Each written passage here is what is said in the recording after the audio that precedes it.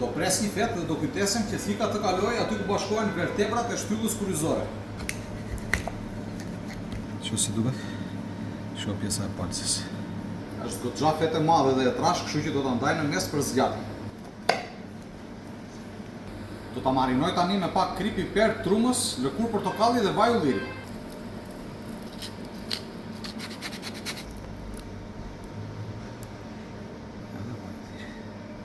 E vendosim në zgarë tani. Okej. E mbuloj.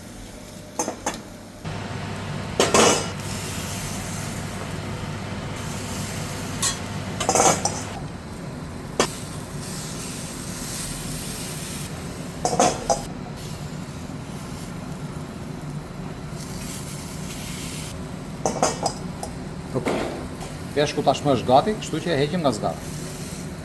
E lyejm sipër me pak vaj ulliri. E shërbejmë tani.